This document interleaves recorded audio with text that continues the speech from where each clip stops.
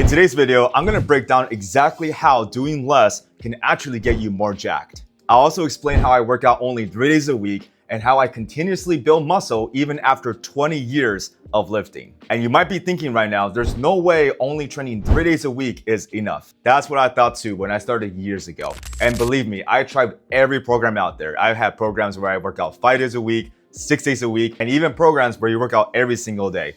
And at the end, I always go back to training 3 days a week. Not because I'm lazy, not because I don't want to be in the gym, because believe me, the hardest days in the week for me are the days I'm not in the gym because I just love training. I always go back to 3 days because this is where I see the most growth, it's where I feel best, and it's also when I will hit most of my personal best. A lot of people believe that building muscle is achieved by training hard, progressive overload, and the proper workout split. And yes, that is true. But that's the first half. And everyone focuses on this first half because it's cool, it's fun, and it's where the hard work is being done. The second half is boring and it's less talked about, but it's just as important as the first half. And that's recovery. This is why training 3 days a week is so effective, because you are putting a majority of the week into what actually builds muscle. And if you're a busy adult with kids, a stressful work environment, you are already putting some of your recovery reserves into those areas. You add in 4, 5, 6 days of intense workouts, and now your body is handling a lot more than it can handle. This is why enhanced lifters can work out more than 3 days a week, because one of the biggest benefits is enhanced recovery. But as natural lifters, we don't have that privilege, so more is not always better. What happens when you train less is that you're also more focused, because now we're cutting out a lot of the junk volume from the extra days of training. You start to make your workouts count, and plus, when you're actually recovered, you can actually push harder in the gym. You go into more of your workouts feeling refreshed and strong. When I used to work out 6 days a week, I had to get amped up on caffeine, and I would still feel tired most of the time. Worst of all, some days I couldn't even lift what I lifted last time because my body was just so fatigued. And before I knew it, I started going through the motions of just maintaining what I had. And it was an endless cycle, and it just wasn't fun anymore. And before we go into the workout routine, there's one very important principle you have to understand if you're gonna train 3 days a week. This principle is that you must train with a purpose. And the purpose is to get stronger. And you're probably thinking, well, yeah, I already know that. But let me explain more in depth, because I'm not just talking about training to failure like most people preach. And once you understand what I'm about to teach you, you'll realize that you don't have to train to failure as much as you think you do. And this principle is very important to the workout routine. So step 1, pick a rep range. Anywhere from 8 to 12 is good, but let's just say it's 10. So now that you picked your rep range, we're gonna stick with that. And the goal is to always do one set of 10 and add a little bit more weight than last time. Each workout, your main focus is this one set. The second and the third set don't matter as much. And my biggest advice is to progress as slowly as possible. You can even buy microplates where you go up literally 2.5 pounds in total at a time, or even slower, 1 pound at a time. Because as silly as 1 pound is, it will compound. If last time you bench 185 for 10 reps, and this time you bench 186 for 10 reps, that is progress, even if it wasn't to failure. And that's how I train. Some sets I don't have to take to failure if I secured a new personal best, even if it's only 1 pound heavier.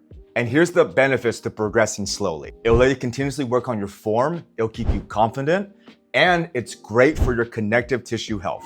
You see, most people, they just focus on building as much muscle as possible, as fast as possible. But a hidden problem here is that your connective tissues, like your ligaments, your tendons, they don't grow as fast as your muscles do. This is why some people, despite having great form, will get injured because their muscles are growing so quickly that their connective tissues didn't get a chance to catch up. So keep in mind, slow progress is still progress, and it's safe progress. Now that you understand why training 3 days a week is more than enough, here's my exact workout routine, and it's pretty simple too. And by the way, if you're new to training, I actually recommend that you watch my video on the Mike Mentzer method, because that's better for beginners. But this routine can work for you too. The split we're gonna use is gonna be alternated between upper and lower. We're gonna have 2 exercises per movement, and if you're new to fitness, there are 6 major movement patterns that you need in your workout routine, which I'll explain to you now, along with the 2 exercises that I personally love alternating between. For upper body day, the first movement is a horizontal push, like a bench press and a incline dumbbell press. The second movement is a horizontal pull, like a inverted row or a seal row. The third movement is a vertical push, like behind the neck press and handstand push-ups. The last movement is a vertical pull, like a pull-up or a chin-up. For lower body days, you're gonna need a squat variation, such as a barbell squat or a hack squat. And then you need some type of hip hinge movement, like a RDL or a hip thrust. And just to keep in mind, you do not have to do the same exercises that I use.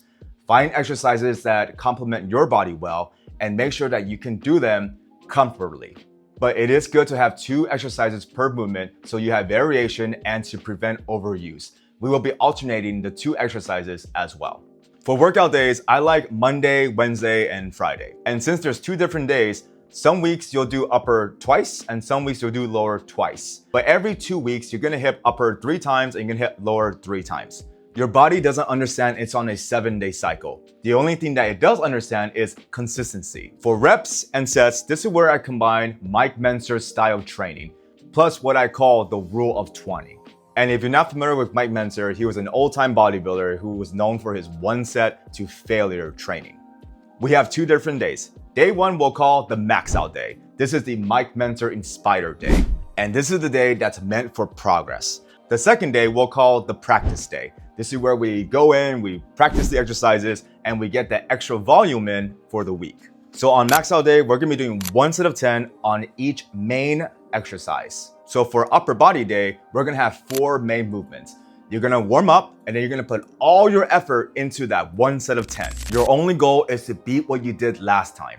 And this is the only thing that you need to track. This is where it's important to progress as slowly as possible, because even if you progress only by 1 pound, it's still progress. And if you're just starting out, I highly recommend that you use a weight that you can do about 12 reps with, not your actual real 10 rep max. And don't worry, with time, the weights will go up. On upper body day, you're gonna do 4 sets. This does not include warm-up sets. And you can sprinkle in some isolation work if you want as well. I recommend doing 2 or 3 sets of, bicep, triceps, laterals. For lower body day, there's only 2 sets. And same thing, you can sprinkle in some ab work or some isolation on quads and hamstrings. On practice day, we're not gonna be focusing on progress. We will apply the rule of 20.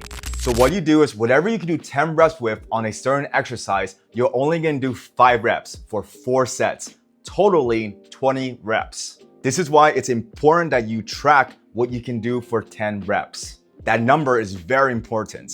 And don't make this day a hard day by resting like 1 minute between each set. You wanna go into each set feeling strong and recovered. And yes, this means on upper body day, because we have 4 major exercises, you're gonna do 16 total sets. And then on lower body day, you're gonna be doing 8 total sets. And on this day, I personally don't sprinkle in the isolation work because of all the sets that we're doing, but you can do that if you want to. So I know that everything I said might be a little confusing without some visuals. So here is how the actual workout looks like with my particular exercises that I use. So if you take a look here, the highlighted yellow is the max out days. You're gonna max out every first day of the week. The remaining of the week is meant for practice days. And this program is gonna cycle every 4 weeks. You'll notice you'll be able to have a max out day for each of your exercises after 4 weeks is over. And we don't max out every time because the goal is to keep fatigue low. You should feel strong every single workout. And after looking at this routine, if you're still confused, feel free to comment down below. I'm here to help. Takeaway here is that more is not always better in the world of fitness. And if you're natural, always focus on making sure that you're recovered. So thanks for watching. Don't forget to subscribe. See you guys in the next one. Peace.